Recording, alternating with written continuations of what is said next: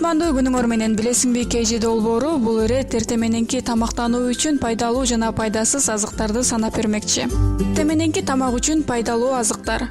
Ботко. Эртең менен сулуудан же геркулестен ботко ичүү пайдалуу жана аш болумдуу. Сулуудан жасалган ботко витамин жана минералдык азыктарга бай. Чоңдорго да, жаш балдарга да бир күн бою күч-кубат берет. Боткону сүткө же сууга жасап ичсе болот. Быштак. Мөмө жана жашылча жемиштерди быштакка аралаштырып азыктануу керек. Быштак кальцийге бай, ошондуктан тишти, сөөктү, тырмакты бекемдеп, терини жакшыртып, жаш бойдон жүрүүгө жардам берет.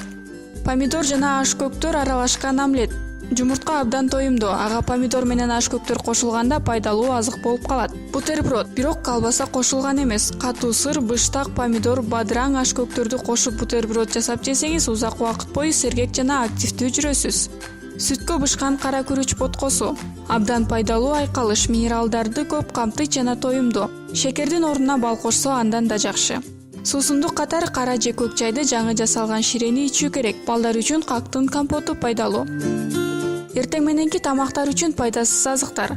Ачытылган булочка. Абдан даамдуу, бирок зыян. Ачытылган азык ичти көптүрөт, албетте бул ыңгайсыз. Кофе. Эртең менен кофе ичүү ашказан былжырын жабыркатат. Ашказандан көп суюктук бөлүнүп чыгып, курсакты ачырат. Күндө эртең менен кофе ичсең, гастрит пайда болушу мүмкүн.